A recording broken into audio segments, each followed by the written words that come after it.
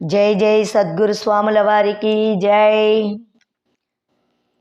శ్రీ సుఖ బ్రహ్మ హృదయము పూర్ణబోధాచార్య శ్రీ మోసా పోతయ్య దేశికేంద్రుల వారి రచన. ఇంతకు ముందుల దీన్ని 2 భాగాలు చేసి చెప్పుకున్నాము. 2 భాగాలు అప్పటి నుంచి కుదరక పెట్టలేకపోయాను. ఇప్పుడు మళ్ళీ దీన్ని వీడియోగా పెడుతున్నాను. గురుభక్తులందరికీ కూడా నాదొక విజ్ఞప్తి, ప్రతి ఒక్కరు కూడాను దీన్ని చాలా శ్రద్ధతో వినండి. ఇది విన్నట్లయితే గనక మీకు ఎలాంటి సంశయం కూడా లేకోకుండా బ్రహ్మజ్ఞానం సంపూర్ణంగా అర్థమవుద్ది. ఎందుకంటే చాలామంది, అమ్మ మాకు అది తెలియలేదు, మాకు ఇది తెలియలేదు, మా గురువుగారు లేరు, కాలం చేశారు, లేకపోతే మా గురువు గారి దగ్గర చెప్పినప్పుడు మేము వినలేకపోయాము, ఇలా చాలామంది అడుగుతున్నారు. ఇవాళ మీకు అలాంటి సందేహాలు నన్ను కూడా అడగకోకుండా ఈ బోధలో సంపూర్ణంగా ఉంటాయి కాబట్టి ప్రతి ఒక్కరు కూడా బహుశ్రద్ధతో వినండి. ఇకపోతే ఇంతకు ముందు ఏం చెప్పారంటే, ఓ రాజా, తెలియక చేసినప్పటికీ, తెలిసి అహంకారంతో చేసినప్పటికీ అది అంతయో కర్మయోగం వల్ల కలుగుతుంది కనుక అనుభవించక తప్పదు. ఇక కర్మను తప్పించుకున్నట బ్రహ్మదేవునికైనా తరము కాదు. అందుచేత నీ కర్మఫలముచే తలపడి వచ్చుచున్న మృత్యు కోసం భయపడక ధైర్యవంతుడివై నీటి బుగ్గ వంటి ఈ తనువు కోసమే చింతించక నిత్య వివేక జ్ఞానంతో ఉండుము. ఎందుకంటే ఈ శృంగ మహర్షి శాపం పెట్టాడు కదా. శృంగుడు శాపం పెట్టిన తర్వాత వచ్చి రాజుకి చెప్తాడు, నువ్వు 7 రోజుల్లోని మరణించక తప్పదంటే, అయ్యో ఎంతో నిధులున్నాయే, రాజ్యములోని అనేక రకాలైనటువంటి ఆస్తుపాస్తులు ఉన్నాయి, ఇంత అనత కాలంలోనే నేను చనిపోవడమా, ఇదేది అనుభవించలేదు స్వామి, శాపాన్ని ఉపసంహరించుకోండి అని అడుగుతాడనమాట. లేదు, శాపం ఇవ్వడమే కానీ ఉపసంహారం తెలియదు. ఆయన ఇది కర్మానుసారం, అంటే విధి వ్రాత ప్రకారమే జరిగింది, కానీ అది మరొక దాని చేత కాదు. కర్మ వల్ల నీకు ఇలా వచ్చింది కాబట్టి ఖచ్చితంగా నీకు మరణం తథ్యం అని చెప్పాడనమాట. అందుకనే ఈ మరణించినటువంటి శరీరం ఎప్పుడైనా పోవాల్సిందే కదా. ఆ శరీరాన్ని తలుసుకోకుండా వివేక జ్ఞానంతో జన్మరాహిత్య పదవిని నువ్వు సంపాదించు, ఇది నీటి బొగ్గ లాంటిదని చెప్పి అనేక రకాలుగా ఈయనకి చెప్పాడనమాట. చెబుతూ ఏమంటున్నారు, ఆకాశంలో మేఘములంత దట్టముగా అల్లుకున్నాను, అవి కొంతసేపటికి చెదిరిపోవును. నీటిలో పుట్టిన నీటి బుడగలు కూడా గాలి తాకుట వల్ల అవి పగిలిపోతున్నాయి. అదే విధముగా మేఘముల మధ్య వచ్చు మెరుపులు కూడా కనిపించి మాయమైపోను. అలాగే ఈ తనువు, ధనము మొదలగు సంపదలు కూడా శాశ్వతముగా నిలవబోవు సుమా.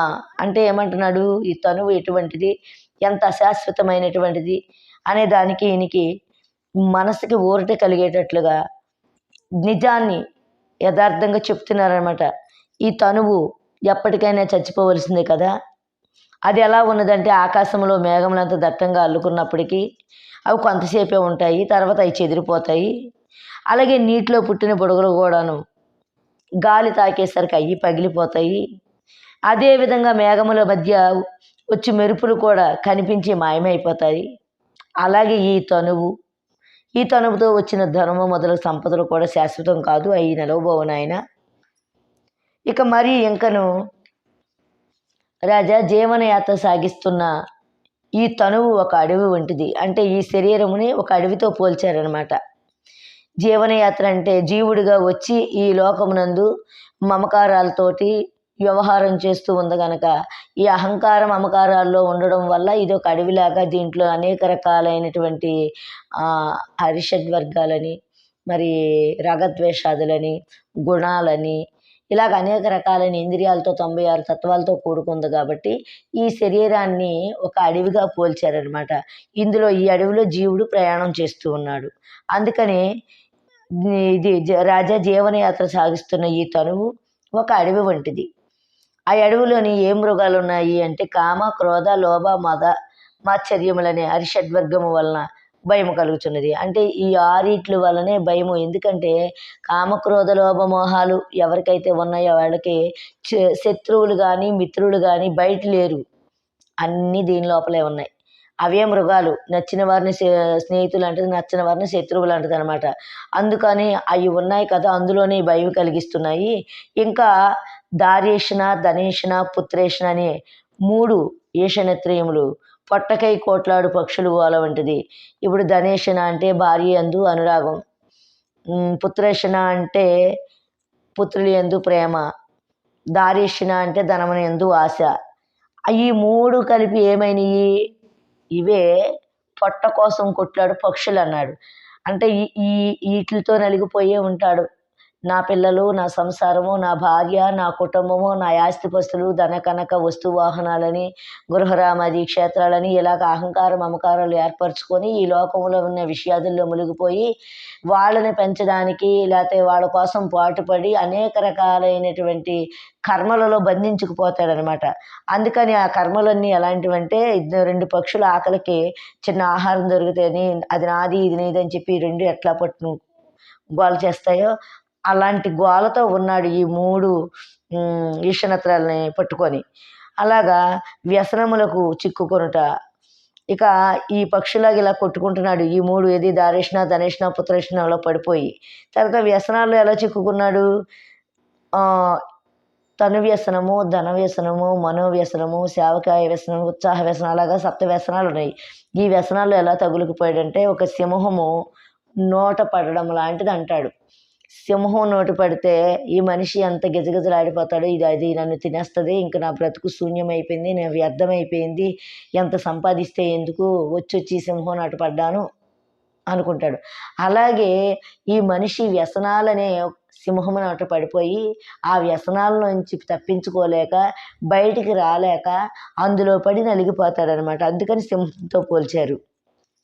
ఇక ఈ రాజ్య అధికారములు ఎలాంటివంటే మదించిన ఏనుగు వంటివి. ఇప్పుడు మదించిన ఏనుగు ఏం చేద్దంటే దానికి ఎంత ఆహారం పెట్టినా చాలదు.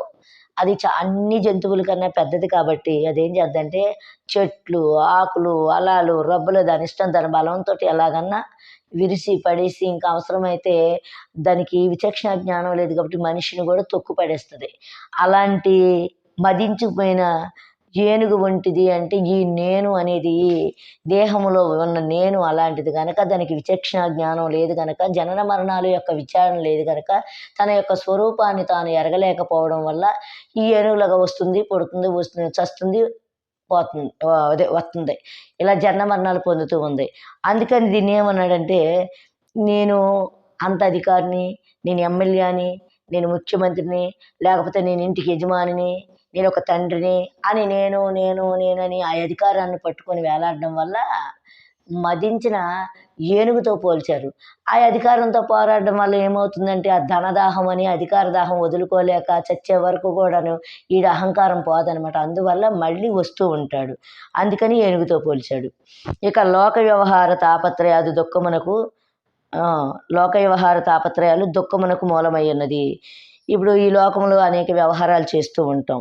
ఆ తాపత్రయాలు అది ఆధ్యాత్మిక, ఆదిదైవిక, ఆది భౌతిక అని 3 తాపత్రయాల్లో పడిపోయి ఆ తాపత్రయాలను ఛేదించలేక దుఃఖానికి వశమైపోయి ఉంటాం అన్నమాట. ఆ తాపత్రయాలే దుఃఖానికి మూలం.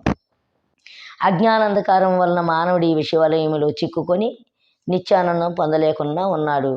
అంటే అజ్ఞానాంధకారం అంటే తన యొక్క స్వరూప స్థితి ఏంటి? ఈ దేహమే నేననుకొని ఈ దేహాత్మ బుద్ధితో ఈ దేహం మీద భ్రమతోటి ఈ దేహంతో వచ్చిన బంధాలతోటి బాంధవ్యాలతోటి అన్నిటిలో పడిపోయి మమకారంలో ఉండిపోయి తన స్వస్వరూప స్థితిని మర్చిపోయాడు కనుక నరకాన్ని పొందుతున్నాడు. తన స్వస్వరూపం ఏంటి? నేను అనే జ్ఞానం ఏదైతే ఉందో అది నిత్యానందమైనటువంటిది. దాన్ని పొందలేక ఈడు ఈ దేహమే నేను అనుకొని అజ్ఞానం అనే అంధకారంలో పడిపోయి కొట్టుకుపోతున్నాడు అనమాట. అందుకని మానవుడి ఈ విషవలయములో చిక్కుకొని నిత్యానందం పొందలేకుండా ఉన్నాడు. ఇవి అన్నీ విడిచి పెట్టుకున్నవాడు నిత్య సంతోషి. ఇలా ఎప్పుడైతే కూడా వీటిలన్నిటిని విడిచిపెట్టి నిత్యమైన, సత్యమైన, శాశ్వతమైనటువంటి తన స్వరూప స్థితిని తెలుసుకుంటే అప్పుడు నిత్యానందం కలుగుతుందనమాట. నిత్య సంతోషిగా ఉంటాడు.